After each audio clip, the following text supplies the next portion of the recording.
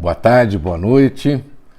Hoje é quarta-feira, dia 24 de março de 2021 e estamos dando início aí a mais um vídeo do Conversa Mole.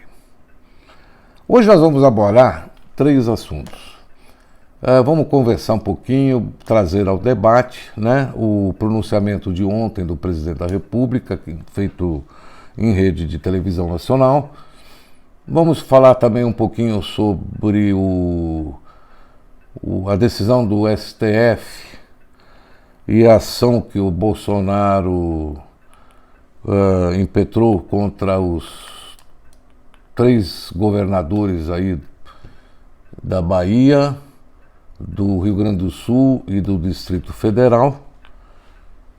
E por último, eu quero trocar uma ideia com vocês com relação a esse pessoal que está apoiando o governo, essa faixa aí desses 20% que continuam com esse apoio cego e doentio ao Bolsonaro.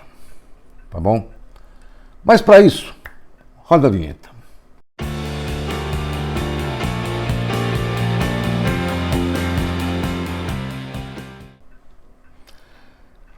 Bom, antes de nós começarmos o nosso assunto, não se esqueçam de se inscrever no nosso canal, de curtir as nossas páginas do Facebook e no Instagram, de acompanhar a gente no Twitter, tá ok? E vamos lá para o debate. Vamos trazer os assuntos aí para a gente conversar. Eu quero entender um pouquinho também a opinião de vocês a respeito desses assuntos.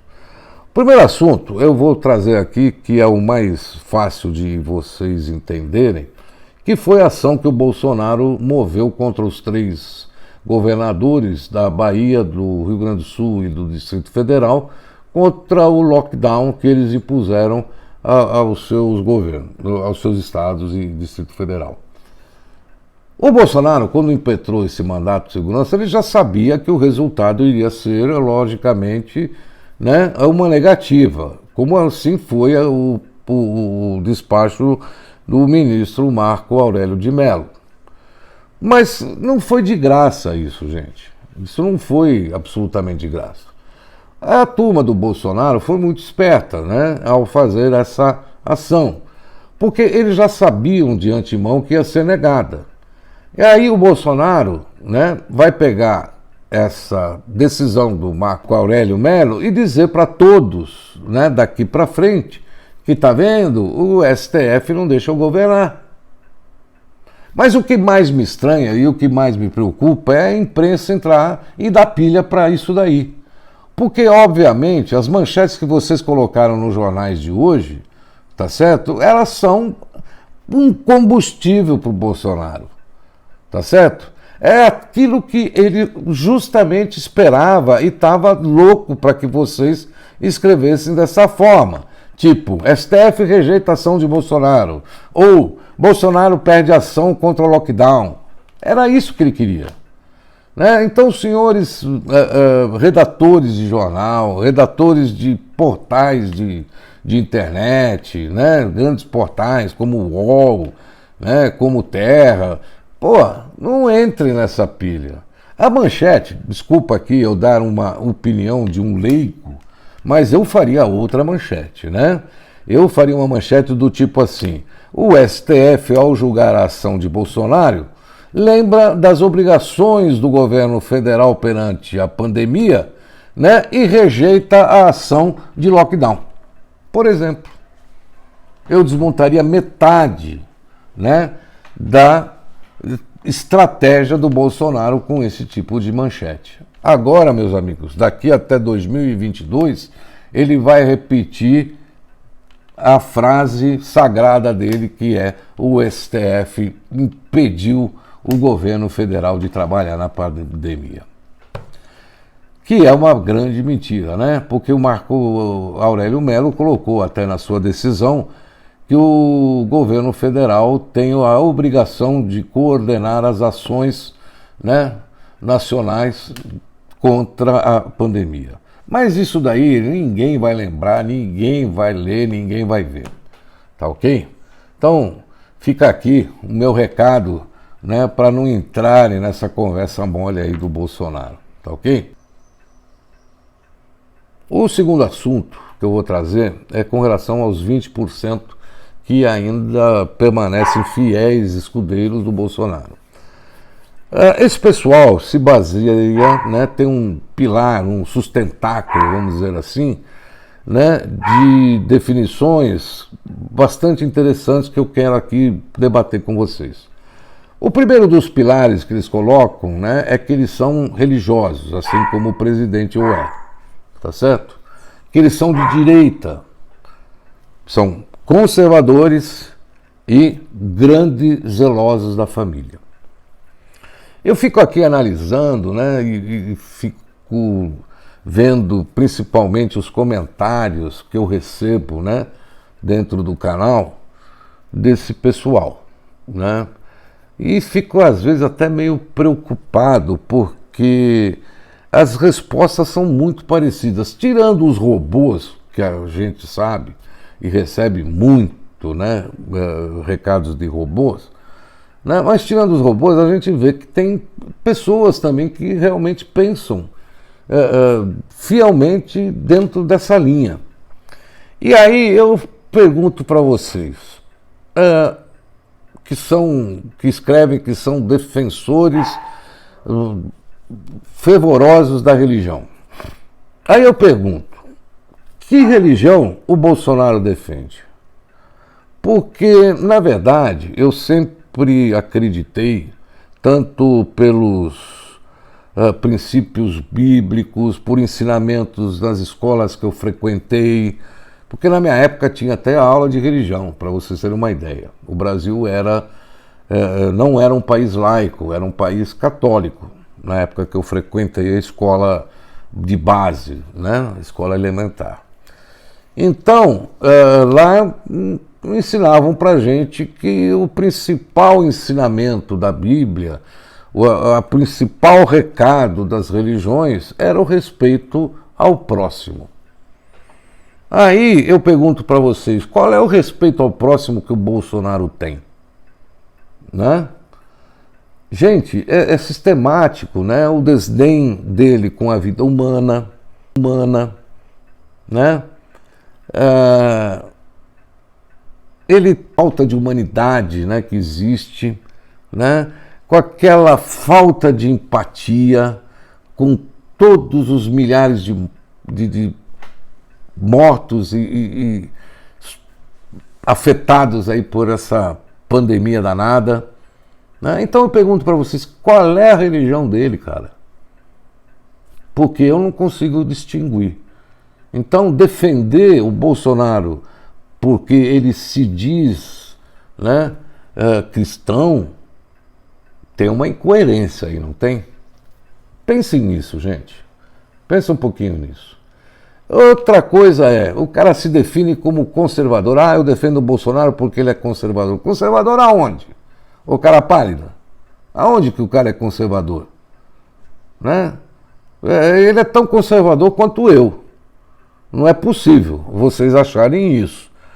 Bom, tanto eu não, é porque eu não ensinei os meus filhos a usarem o dinheiro dos outros, entendeu? Gente, vocês que se definem como defensores de família, o que é família para vocês?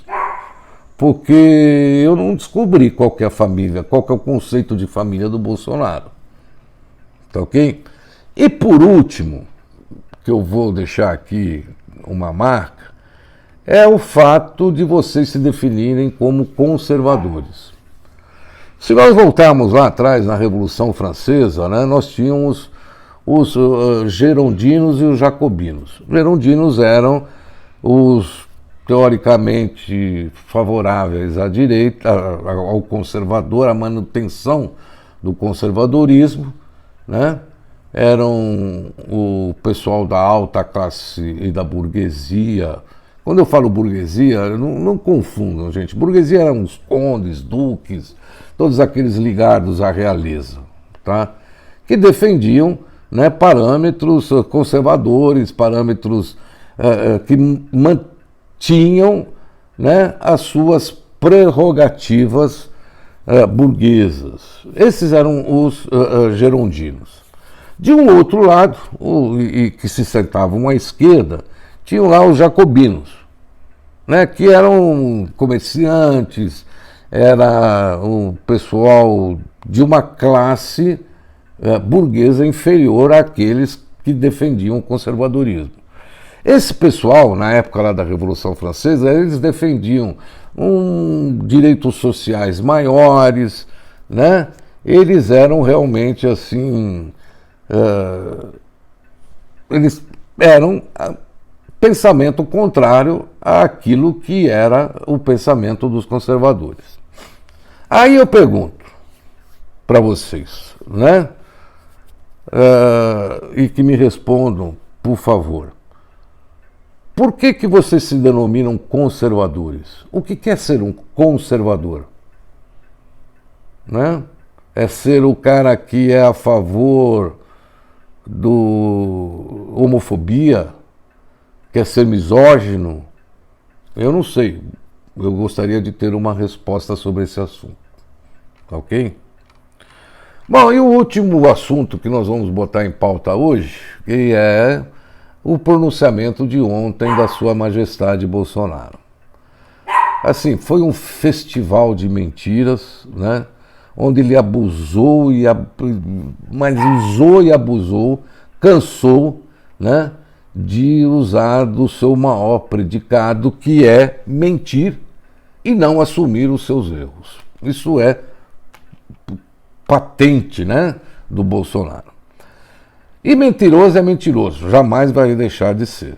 O nosso Pequiroto aí teve a coragem de dizer que o governo não deixou de tomar medidas importantes no combate ao coronavírus. Putz, eu fico imaginando se nós não tivéssemos tido esse combate durante esse ano todo, né? Estamos aí batendo 300 mil mortos, 3 mil mortes por dia. Puxa vida. E o governo, diz ele, que não deixou de tomar medidas importantes no combate do coronavírus. É o mesmo governo que foi o autor de frases memoráveis, né? Que você tem que enfrentar o vírus como homem, que máscara não serve para absolutamente nada, a não ser causar problemas de respiração, problemas N, né? Numa das lives dele lá, ele até leu ali um relatório de uma universidade sei lá, não sei nem de onde era, porque ele não falou de onde era. Mas tudo bem. Então, foi contra máscaras, né? Que você tem que ser homem, largar a mão de ser marica, enfrentar o vírus de peito aberto. Vocês vão ficar em casa para sempre, né? E as piores, né? Assim, que das afirmações dele que eu já vi, foram aquela de que nós somos um país de maricas, que você vai ficar chorando até quando, né? Larga de frescura, de mimimi. Isso daí foi, assim, o combate ao vírus que ele promoveu durante esse ano todo. Mas por que o Bolsonaro está mudando o tom da história? Aliás, ele está seguindo até um dos conselhos do Temer, né, quando o Temer foi entrevistado. O Temer falou que se fosse ele, estaria usando agora, né, para mudar o tom do embate aí, e até o tom da política de governo, ele usaria a variante do P1, né, a variante P1 do coronavírus, que é muito mais letal, ele é muito mais transmissível, né, do que o vírus original. Então ele usaria essa bengala para se apoiar e tentar fazer um discurso de mudança. E o Bolsonaro realmente fez e seguiu o conselho do Temer fielmente ontem, tá certo? Agora eu vou dizer para vocês uma coisa, né? Que ele disse ontem, mais uma daquelas mentiras, né? Que o governo tomou todas as medidas necessárias. Aí eu pergunto para vocês, Teve alguma campanha pública do governo federal de conscientização do vírus? De utilização de máscaras, da higiene das mãos? Algum vídeo constitucional? Eu não vi. Não vi mesmo, né? A coordenação nacional, que deveria ter sido feita pelo Ministério da Saúde, né?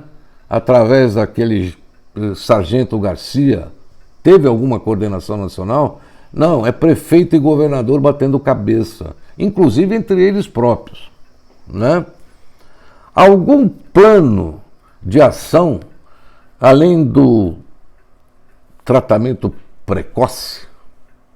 Eu não vi. Aliás, a única coisa que ele sabe falar é sobre o tal do tratamento precoce, que todos nós sabemos que não existe e não tem a menor base científica nesse tratamento precoce, né? Essa loucura, né, da hidroxicloroquina e do ivermectina, né? Há alguma ação desse governo para antecipar a vinda de vacinas para nós começarmos a vacinar em dezembro?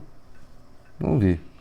E olha que o Brasil é reconhecido mundialmente por aplicação de vacinas, pela sistematização que nós temos na aplicação de vacinas de tudo quanto é tipo, das campanhas de vacina. O Brasil é modelo no mundo, ok? Mas nós não tivemos. Tivemos alguma medida de prevenção, né, com relação a estoques de seringas, agulhas, né, e principalmente agora, né, com medicamentos para intubação. Não se esqueçam que em agosto o Ministério da Saúde cancelou uma licitação de remédios para intubação que hoje está faltando nos mercados, nos hospitais, nas UTIs, né? Então, gente, vamos parar de ser manipulados por esse fulano, tá certo? E aí, na verdade, onde ele pisou fundo na mentira foi com relação às vacinas. Aí o cara deitou e rolou, né? Primeiro, falou que nós somos o quinto do mundo em vacinação. Obviamente, ele usou números absolutos, né? Nós estamos aí vacinando 12, 13, 14 milhões de habitantes. Nós temos 210. Se nós formos na questão da proporcionalidade, o Brasil hoje é o 72º país no mundo em termos de vacinação com relação ao número de habitantes. Vejam só como ele manipula as informações, né, para enganar você. Ok? Mas vamos lá, vamos continuando. Ele citou ontem também o consórcio do COVAX Facility, que é organizado e coordenado pela Organização Mundial da Saúde, e esqueceu de dizer que nós recebemos só 1 milhão de vacinas por enquanto desse COVAX Facility.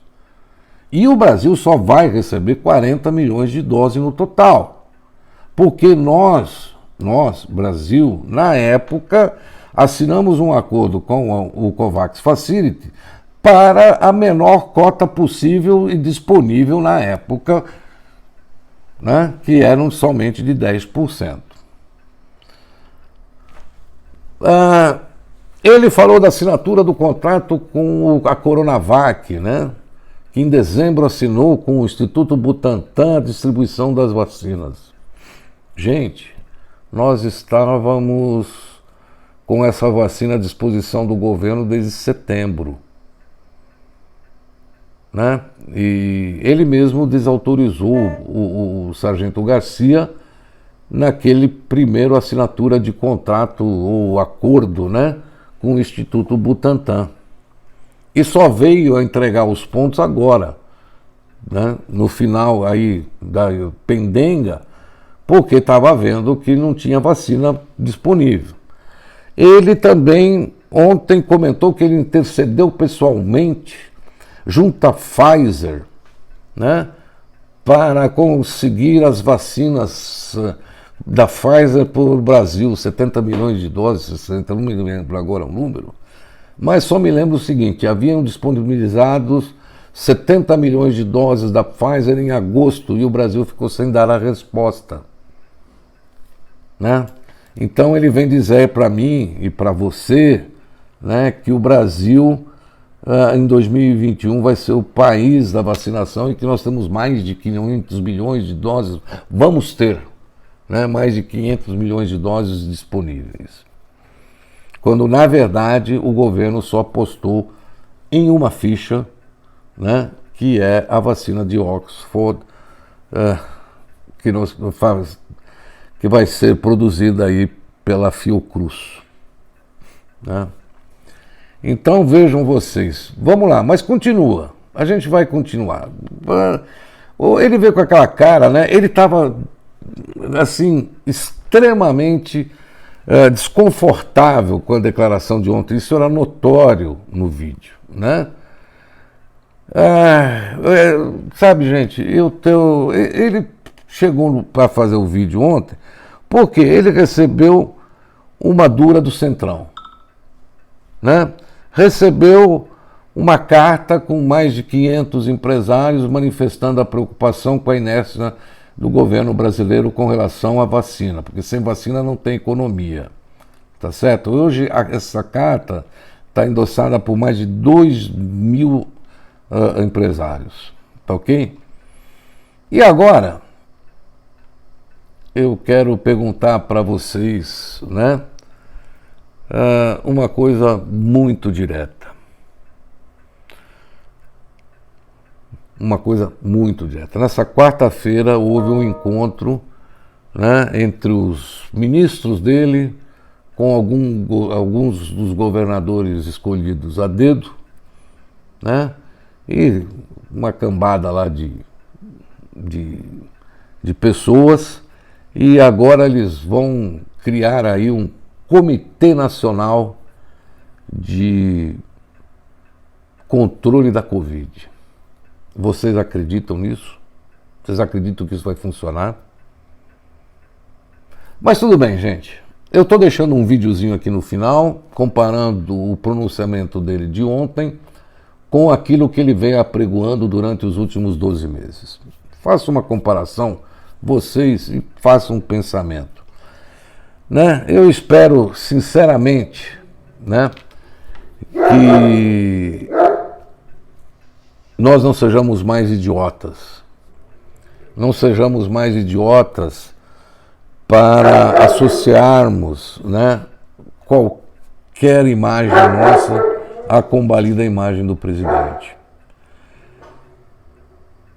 Ele é o responsável, ou um dos grandes responsáveis diretos pela morte de 300 mil brasileiros, por todas as suas ações, por tudo aquilo que ele fez.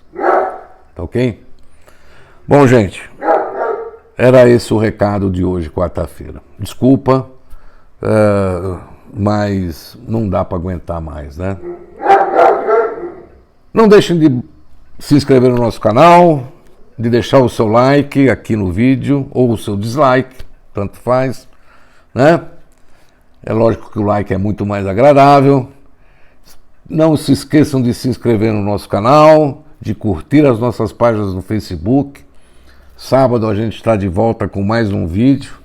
Nós vamos falar sobre o veto presidencial, sobre o projeto de internet gratuita que tinha sido aprovado pelo Congresso. E nós vamos comentar aí as verdadeiras razões desse veto, tá bom? Gente, uma boa noite, uma boa tarde, um bom dia e a gente se vê por aí. Tamo juntos. Estamos no momento de uma nova variante do coronavírus, que infelizmente tem tirado a vida de muitos brasileiros. Tem a questão do coronavírus também, que no meu entender está sendo superdimensionado o poder destruidor desse vírus, certo? Então, talvez esteja sendo potencializado até por questões econômicas. Obviamente, temos no momento uma crise, uma pequena crise, né? No meu entender, muito mais fantasia a questão do coronavírus, que não é isso tudo que a grande mídia propaga pelo mundo todo. No meu caso particular, pelo meu histórico de atleta. Caso fosse contaminado pelo vírus, não precisaria me preocupar. Nada sentiria ou seria, quando muito, acometido de uma gripezinha ou resfriadinho. Sempre afirmei que adotaríamos qualquer vacina, desde que aprovada pela Anvisa. Toda e qualquer vacina está descartada. Toda e qualquer. Pressa da vacina não se justifica. O dinheiro não é meu, é do povo, não vai comprar tua vacina também não, ok? Procura outro para pagar a tua vacina aí. Qual